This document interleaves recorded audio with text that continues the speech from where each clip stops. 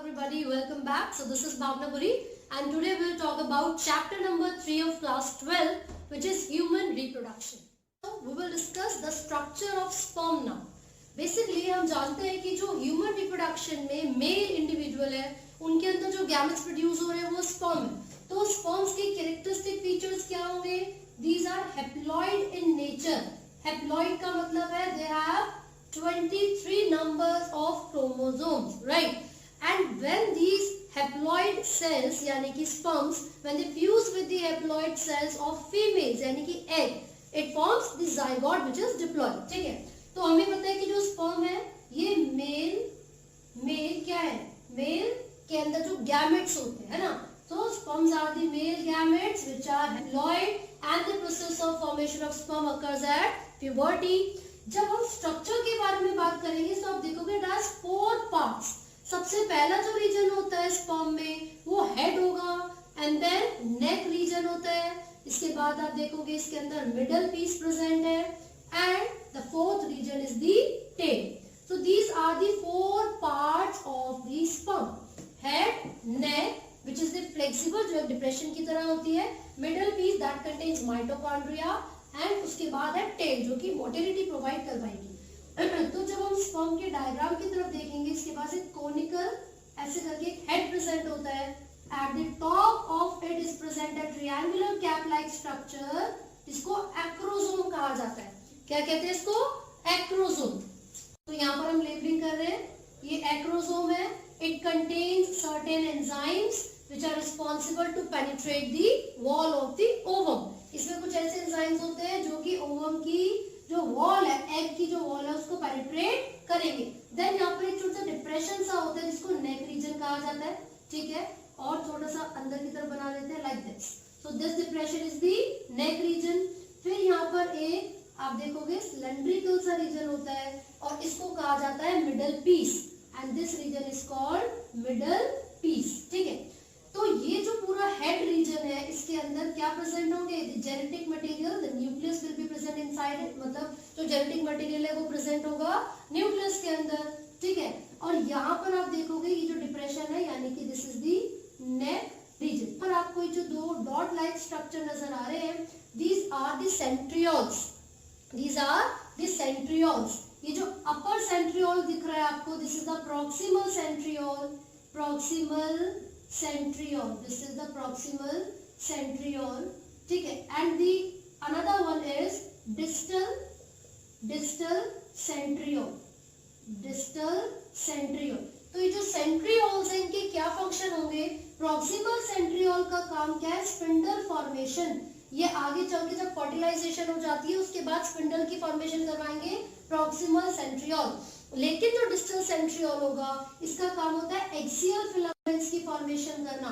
Axial filaments की formation करना and these filaments will be like this elongated tubular structure which are the microtubules. ठीक है, ये through the middle piece present होंगी and then this middle piece is further इस तरीके से थोड़ा सा डिप्रेस होगा और it will form a tail. किसकी फॉर्मेशन करेगा? टेल. तो यहाँ पर हमने इस तरीके से रिप्रेजेंट किया है स्पर्म की टेल. ठीक है, अब अगर इसको और अच्छे तरीके से देखें तो सबसे पहले इनके रीजन्स को हम लेबल कर रहे हैं. This is the head part. इस रीजन को कहते हैं, सबसे पहला पार्ट है स्पर्म का हेड. फिर उसके बाद यहाँ पर जो डिप्रेशन आपको शो रही है this is the neck which is flexible and then comes the middle piece. इसको हमने क्या बोला है? Middle piece. ठीक है, फिर उसके बाद आता है ये tail region. This is the tail. तो देखिए जो हेड होता है स्पर्म का उसके ऊपर जो टिप पर जो एक कैप लाइक स्ट्रक्चर प्रेजेंट है उसको एक्रोसोम बोलेंगे. एक्रोसोम के अंदर कुछ सर्टेन एंजाइम्स प्रेजेंट है जो कि एग के अंदर जो उसकी वॉल है उसको पेनिट्रेट करने में हेल्प करेंगे ताकि फर्टिलाइजेशन हो सके. One of the enzymes that is produced by the acrosome वो होता है एंटी फर्टिलाइजन, है ना. और ये तब प्रोड्यूस होता है जब स्पर्म फैलोपियन ट्यूब के एम्पुलरी रीजन तक पहुंच जाता है. क्लियर है? वो क्यों प्रोड्यूस कर रहा है इसको?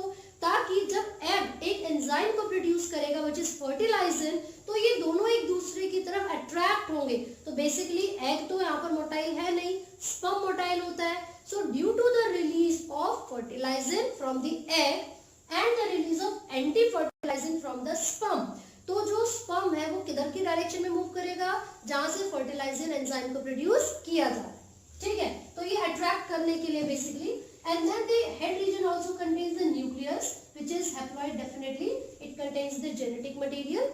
इसके बाद यहाँ पर जो डिप्रेशन आपको शो हो रही है, the flexible region is the neck. फिर उसके बाद ये मिडिल पीस स्टार्ट होता है जिसमें सेंट्रियोल हमने पढ़े थे, प्रॉक्सिमल एंड डिस्टल। ये यहाँ पर जो एक्सियल फिलामेंट्स प्रेजेंट है, दीज आर द माइक्रोट्यूब्यूल्स, जो कि जरूरी होती है मूवमेंट के लिए। साथ साथ इसके अंदर ऐसे देखोगे आप क्या प्रेजेंट है, दिस इज द माइटोकॉन्ड्रिया। इस तरीके से रिबन लाइक स्ट्रक्चर की फॉर्म में माइटोकॉन्ड्रिया प्रेजेंट होता है। And the function of mitochondria is to provide energy, यानी कि जो रिबन शेप या जो डिफरेंट स्ट्रक्चर में आपको दिख रही है क्या है, स्पाइरिकल जो स्ट्रक्चर है वो माइटोकॉन्ड्रिया है। और माइटोकॉन्ड्रिया का काम होता है एटीपी यानी कि एनर्जी को प्रोवाइड करवाना, ताकि ये जो स्पर्म है इजीली फर्टिलाइज कर सके एग को और जायगोट की फॉर्मेशन हो सके। And the motility is provided by the tail, ये जो टेल रीजन है, ताकि पूरा स्पर्म इजीली मोटाइल हो सके, इजीली मूवमेंट कर सके, इसलिए माइटोकॉन्ड्रिया प्रेजेंट होते हैं। साथ साथ these are the tubular regions which are present here. तो ये आपको याद रखना है। तो मैंने बताया था कि एक्स और वाई दो तरीके के क्रोमोसोम्स हो सकते हैं ह्यूमन स्पर्म में, तो 50% could be X and 50% could be Y. इसी के साथ साथ यहाँ पर सेक्स डिटरमाइनिंग स्ट्रक्चर होता है इसके अंदर, वो आपको याद रखना है। वाई क्रोमोसोम स्पेसिफिकली मेलनेस को रिप्रेजेंट करेगा। एक बार में 200 से 300 200 to 300 मिलियंस ऑफ स्पर्म इजैक्यूलेट हो सकते हैं नॉर्मल मेल की बॉडी से, जिसमें से लगभग जो 60% होते हैं नॉर्मल शेप एंड साइज के होने चाहिए, नॉर्मल शेप एंड साइज। इसमें से ही जो 40% होंगे उनका शेप और साइज नॉर्मल होने के साथ साथ वाइग्रस मोटिलिटी होनी चाहिए। क्या होनी चाहिए?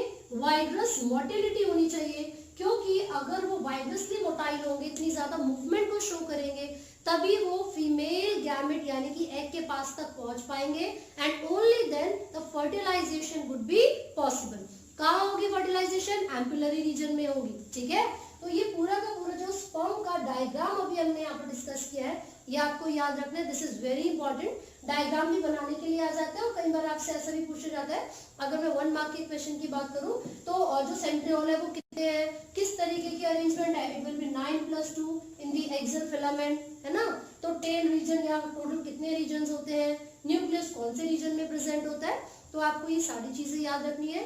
इसी के साथ मैंने बताया था sperm along with the seminal plasma is called semen. तो आपको याद है लगभग 10% ही उसके अंदर स्पर्म होता है, जो बाकी 90% बचा है वो क्या है, फ्लूइड होती है, सिक्रीशन होती है। और सिक्रीशन में क्या क्या था हमने देखा था, उसमें कैल्शियम था, फ्रक्टोज था और कुछ एंजाइम्स थे, राइट। तो ये सारी चीजें आपको अच्छे तरीके से याद करनी है। अगर आपको किसी भी टॉपिक में कोई भी डाउट है, किसी भी तरीके की कोई प्रॉब्लम आ रही है, तो आप कमेंट कर सकते हैं और पूछ सकते हैं। And do not forget to like, share and subscribe. Thank you.